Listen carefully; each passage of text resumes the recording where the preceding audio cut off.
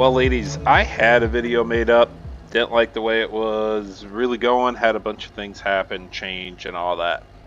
My true OGs know what I'm talking about when they watch me on Twitch. This one has been a struggle, and I got it this far. The egg bags have a little issue with them where you got to hook the bagger back up to make them empty into your bucket. It is kind of what it is, so I have to leave the bagger down there. Alright, fine, cool. But anywho, we got 32 head of cattle in the shed there. My cultivator sitting right there, just the Tiger Mate 30-footer.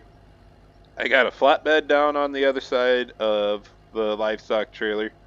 Move my bales around. I think I have enough bales to get through winter. And the egg bags are pretty full with silage when they want to appear. So with that being said, I'm going to take you through a little bit of a farm tour. Nothing too crazy here. I think, what did I say, like 75 acres on this one. I got a little too much going on with Carroll, Iowa, and that blade was supposed to be sold, but it's kind of what it is. So I got the Vermeer tedder and a Vermeer rake there also, and my 535 baler sitting in there. It works for the little bit of hay I have to do. It works just fine. I got a little parcel just on that knoll there that's a little too steep to combine, so I'll just leave that for hay. Plan to expand more crop ground here soon. But there's my 12-row early riser planter. If you haven't noticed, I'm in full swing on corn harvest. So everything is out, everything is being used because this is all I have. My 2388 is out in the field, which we'll get a look on that when I get this wagon emptied and get back out to catch up to it.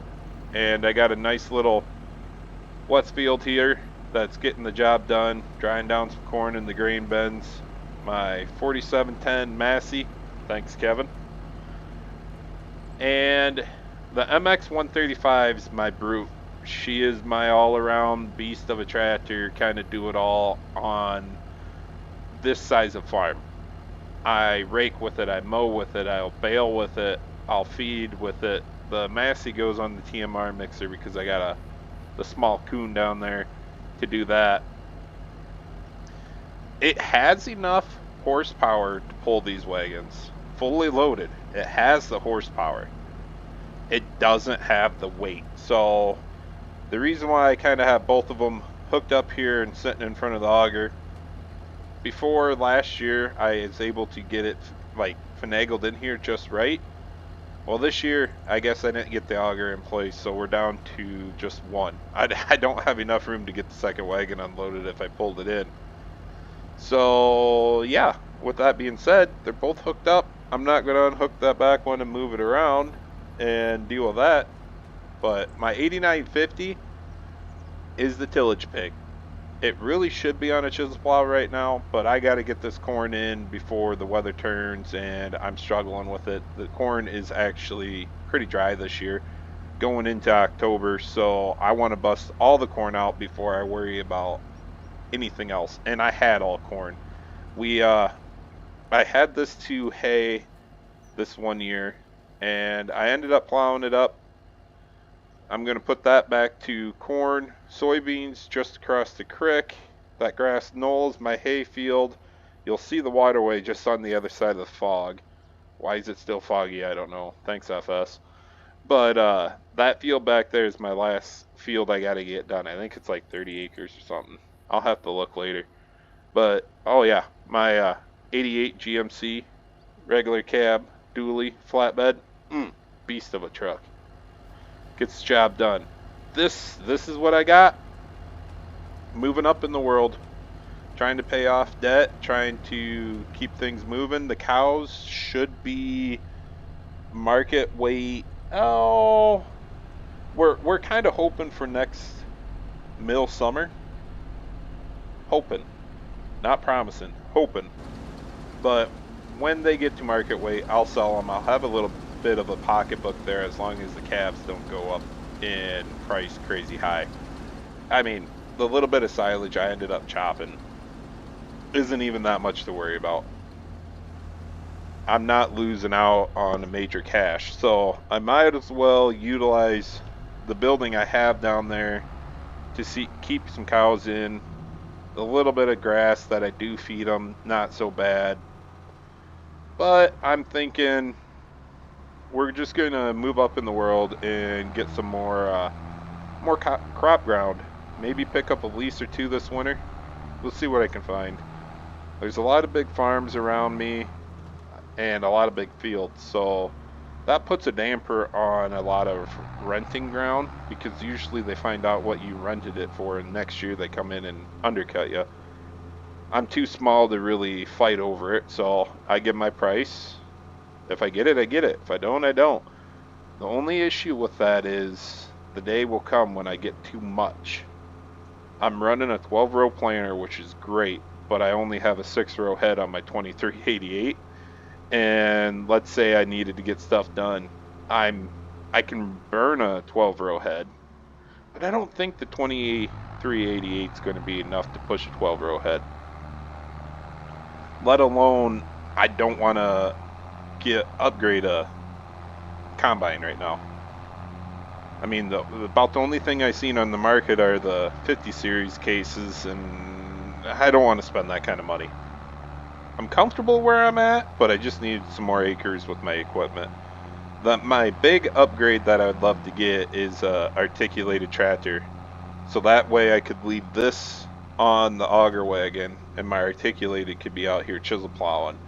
But as the lady's seen down there, I got some corn stalks to get picked up and baled also. So I don't really have anything to chisel plow right now. It's kind of where I sit is if I do end up getting a nice big tractor to chisel plow, I'll have to play everything out right and figure out where I'm baling. Those corn stalk bales are just purely cash flow right now. My my cattle confinement down there actually has a pit down below, so all the manure goes down there. We don't bed in them. They got the rubber mats on them. The main thing is they keep themselves warm being huddled in those pens. But the main thing is just keeping the rubber mats good and keeping the doors and curtains shut, so that way it holds all the heat in that needs to be held in for them. Keep them fed because, well, we all know they don't really put on a lot of weight in the winter, but they put on enough to make it worth it. So getting them fattened and ready for spring will be ideal. Or I mean summer will be ideal because I can throw the weight on them in the spring.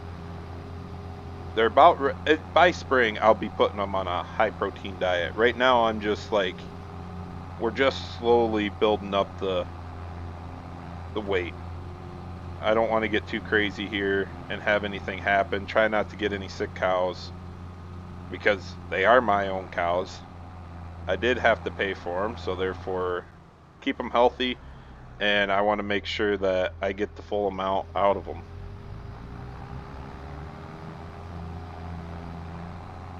Oh boy.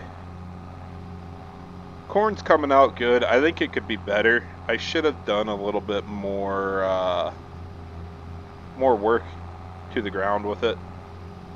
I didn't chisel plow last year. I wanted to see what this no-till is all about, and with corn on corn, no-till, it wasn't a very good idea in my opinion. This field will be corn on corn 3 years in a row. I plan on ripping this field, or at least chisel plowing it, and then I also plan on putting the nitrogen on like crazy. I got to get the starter stuff put on right away with the planter. Works great. And then I will get the co-op out here to side dress it. Well, I'll do the first round of side dressing. Second round of side dressing, or the drops, will be by the co-op. Get it sprayed twice and make sure I get some fungicide on it. I think that will be killer. Get the insecticide, fungicide sprayed on it. And then the big one is throwing down the potash and lime on it this year. I got to pump the lime to it, balance the soil back out. I had the co-op come out and do some samples, and just going off of what they said. Now, the field down by the creek, that one's going to be, the middle field will be soybeans for sure. I got to get soybeans on that. I got to get a good rotation going here. But I didn't want to have too many soybeans. So this, come next year, it might be that, or the following year, that I do half beans up here and half corn up here. I got to make sure I got enough to chop for the cows, but yet I got to play the float game of the cash income. And rotating the soybeans and corn is going to be good. It doesn't necessarily need to be every single year you rotate. It'd be good to have every other year. So you do a year of corn on soybeans and then another year of corn on corn. I think that's going to be the great way to do a crop rotation. Now, for you people that are not my OGs, if you made it this far, thank you. Hit me up on Twitch, Squatch Monkey on Twitch, just like on YouTube, and hit the follow button. You want to keep up with what I got going on and everything. I got an MP server going on this map. This is Carroll, Iowa by DR Modding, only available through Patreon currently.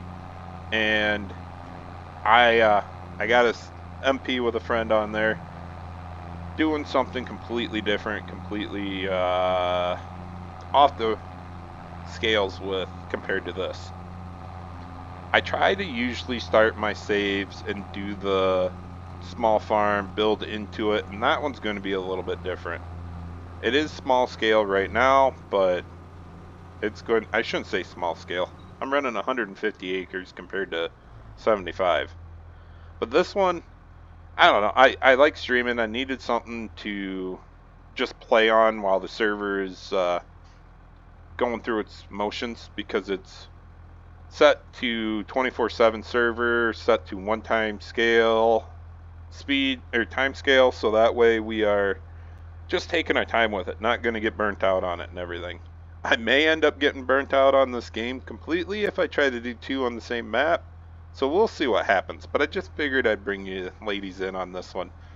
And yeah, I guess hit the follow button over on Twitch if you want to come hang out live streaming. That's where I do it. I guess until next time, ladies.